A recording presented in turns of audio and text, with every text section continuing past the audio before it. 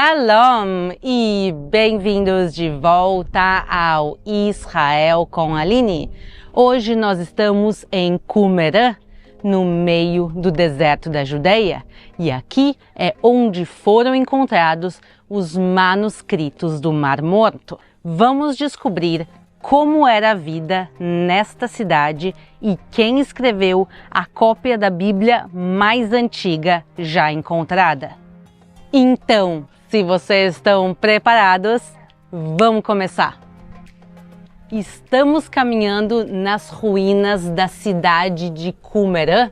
Aqui foram escritos os pergaminhos do Mar Morto, que são tão famosos e são considerados um dos achados arqueológicos mais importantes de todo o século XX. A existência de Qumran não era nenhum segredo. A gente tem relatos da metade do século XIX de arqueólogos e viajantes que passavam por aqui e nos contavam que nesse local tinha um grande cemitério e também uma torre. Lá no fundo nós vemos a torre até os dias de hoje, mas eles achavam que aqui era talvez algum local de proteção, uma mini fortaleza sem grande importância, e eles não sabiam o grande tesouro que se escondia aqui. E esse tesouro vai começar a ser revelado a partir de 1947 por dois jovens. Vamos agora conhecer essa história.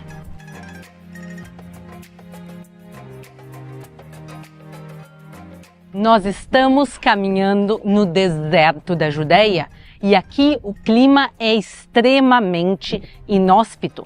Mesmo estando no outono, pessoal, tá quente aqui no dia de hoje.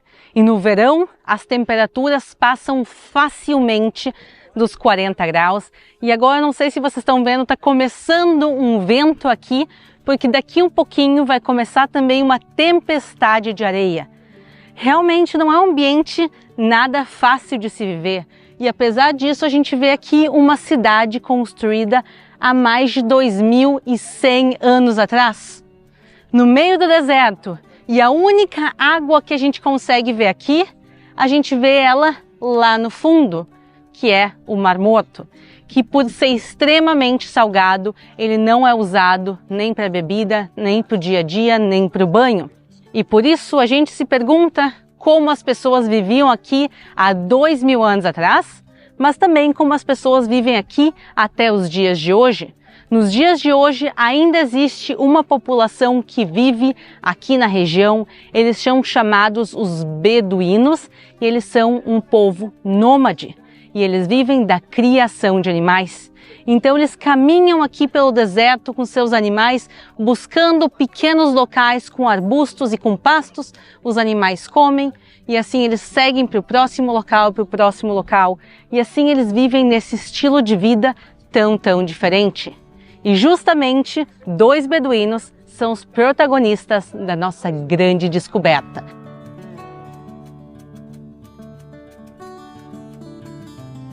No ano de 1947, dois jovens beduínos estavam levando seus animais aqui pelo deserto e um animal vai fugir e se aproximar de uma caverna.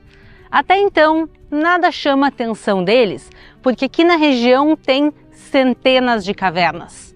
E como um bom pastor, ele vai até essa ovelha, ele vai até esse animal, buscar ela na entrada dessa caverna. E ele, quando busca a ovelha, ele vai encontrar dois jarros antigos. E ele espera talvez encontrar um grande tesouro, alguma coisa valiosa dentro.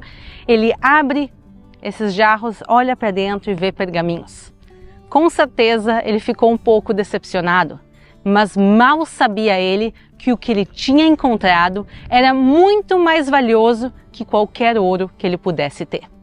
Ele não sabia o valor do que tinha encontrado, mas ele sabia que coisas antigas valem dinheiro.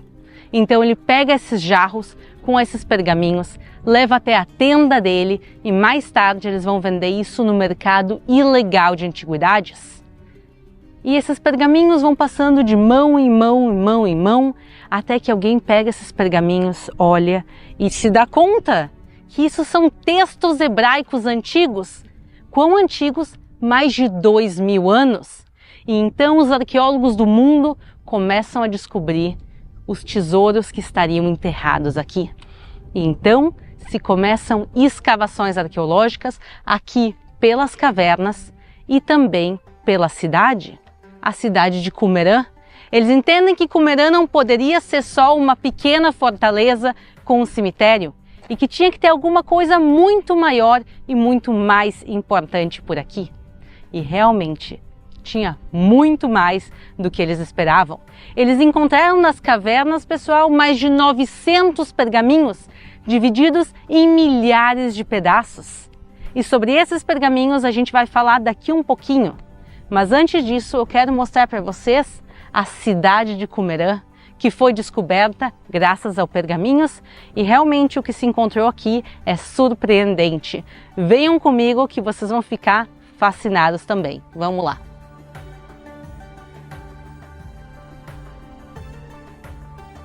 Os arqueólogos descobriram que essa cidade foi construída no ano 130 a.C. e se encontraram muitas coisas aqui que se esperavam, por exemplo, uma torre de proteção. Mas tem algumas coisas que a gente pode dizer diferentes e surpreendentes. Uma delas está aqui. Nós vemos aqui um banho ritual e se encontrou aqui, pessoal, um sistema de água gigantesco. Se encontrou nessa pequena cidade mais de 11 cisternas e banhos. O que não faz nenhum sentido contando que nós estamos literalmente no meio do deserto, numa região que não chove. E então a gente vê que eles davam uma importância muito grande para a água aqui.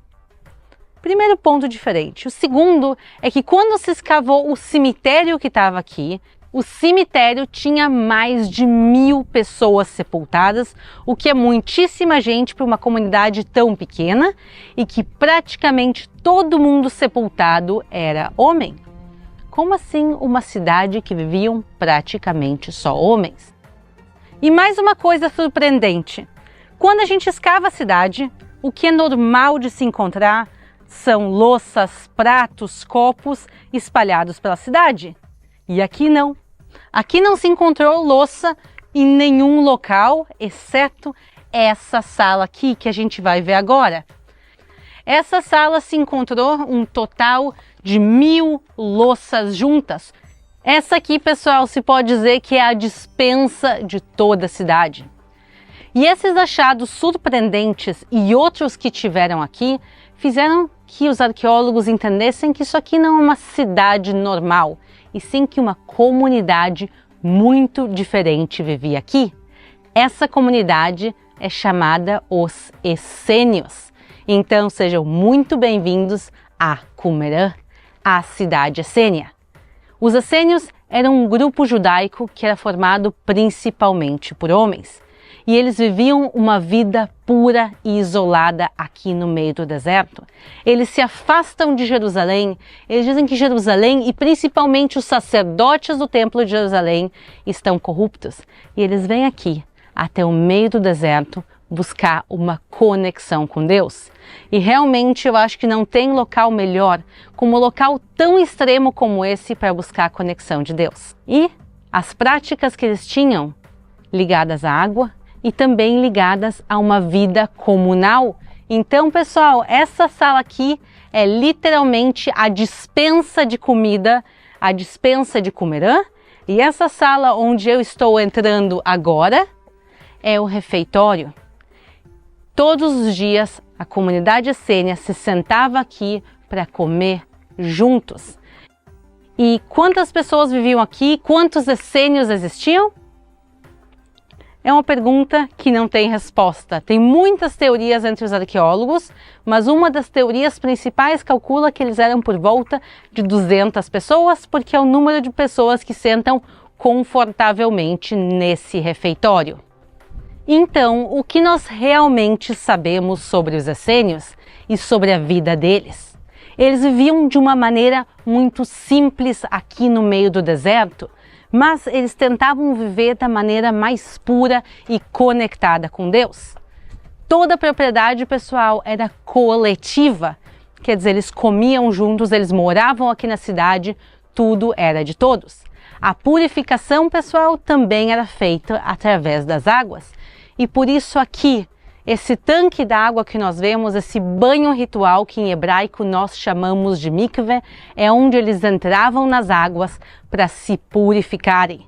Mas de tudo que a gente encontrou aqui em Qumran, sem dúvida nenhuma, o local mais importante é a sala dos escribas.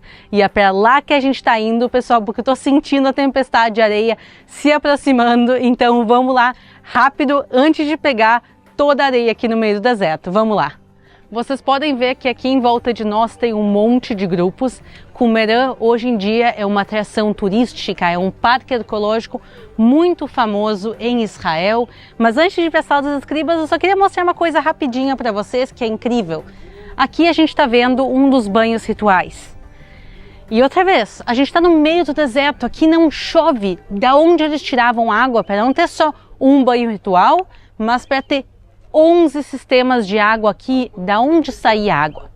Aqui não chove, então não tem como encher uma piscina dessas com água da chuva daqui. Mas alguns dias por ano chove muito na região de Jerusalém, que é aquela região nas montanhas. E quando chove suficiente, parte dessa água corre de Jerusalém e ela cruza pelo deserto até desembocar no Mar Morto. E o que essa população essênia conseguiu fazer é pegar os poucos dias de chuva por ano que isso acontecia, desviar a água dessa chuva até o sistema de água deles. Então, pessoal, aqui, sem dúvida nenhuma, para eles era uma purificação espiritual, mas não necessariamente física. Por quê? Imagina se a água entra aqui 2, 3 dias por ano e eles seguem as mesmas 200 pessoas usando o mesmo sistema de água. Depois de uns meses, talvez a água não seja mais tão limpa e também não tem nenhuma garantia que todos os anos vai ter esse fenômeno. Então, realmente, eles usavam a água para purificação espiritual e não necessariamente física. Mas cheguem aqui pertinho de mim e vejam que nas escadas que descem tem uma divisão. Vocês conseguem ver essa divisão? Por quê? Literalmente uma questão prática. Quem descia era considerado impuro e quem subia era considerado puro. E assim eles queriam fazer a divisão. De um lado desciam as pessoas e por outro lado elas subiam. Então aqui a gente vê um desses banhos rituais. Mas como prometido, vamos agora para a sala dos escribas. Esta é a sala mais importante de toda Qumran.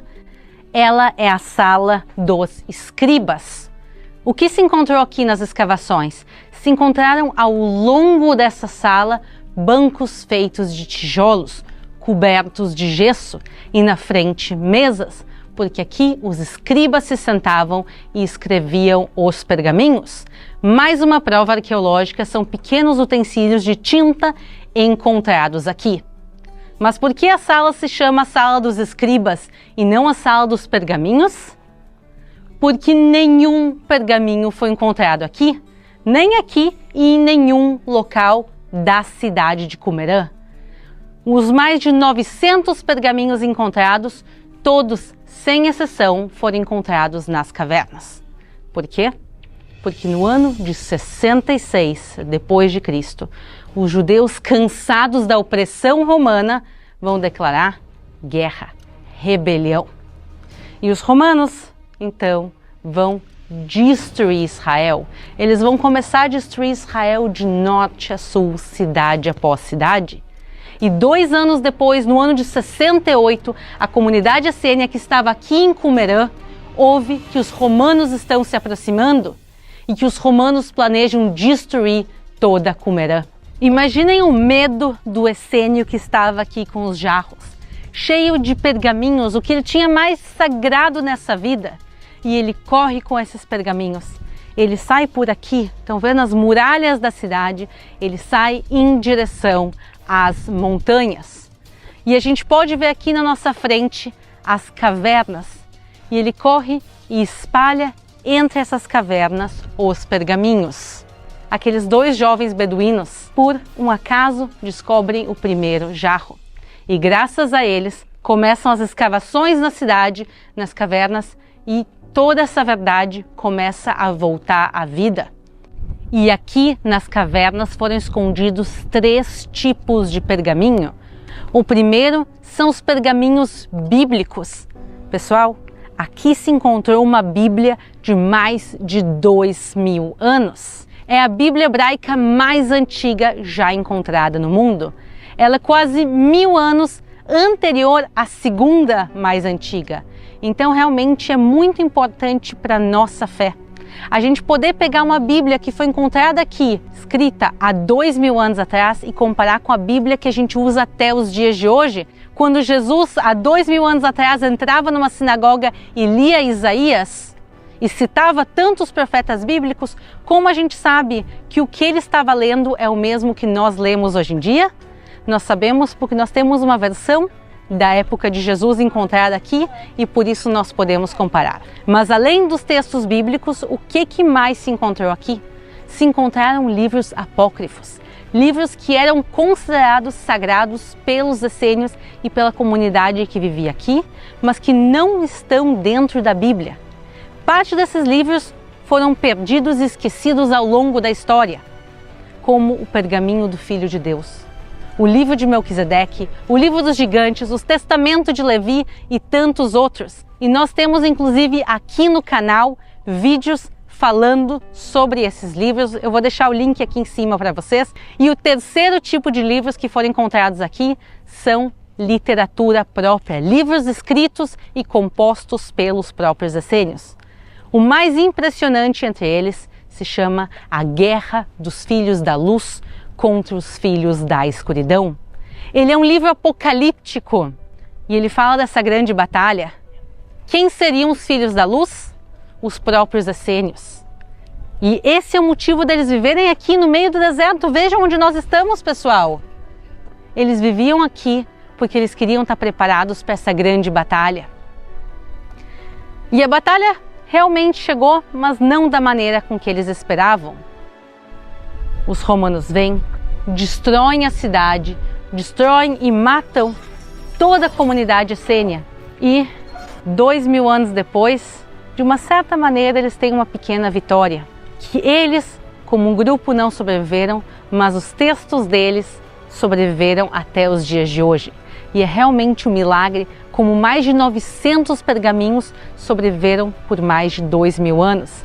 Alguns de uma maneira impressionante. O livro de Isaías, ele está completo do início ao final. Vejam as imagens de como o livro de Isaías se parece nos dias de hoje. É difícil de acreditar que esse livro tem realmente mais de 2000 anos. Então, os essênios, eles não vão ter a vitória que eles imaginavam, mas eles vão trazer a vitória através de nós, através da confirmação da Bíblia, através dos textos deles. Semana passada nós lançamos um novo sorteio aqui no canal. Nós estamos sorteando um curso de hebraico online do Instituto Rosen e agora está na hora de anunciar o vencedor ou a vencedora. E o vencedor é Juscelino Gonçalves de Andrade. Parabéns, Juscelino! O pessoal do Instituto Rosen vai te mandar um e-mail hoje ainda, passando todas as informações. E se vocês querem participar de futuros sorteios, não esqueçam de se inscrever aqui no canal e de deixar um like. E para mais informações sobre os cursos de hebraico do Instituto Rosen, cliquem no link que está aqui na descrição e no primeiro comentário. Um grande beijo e até a próxima!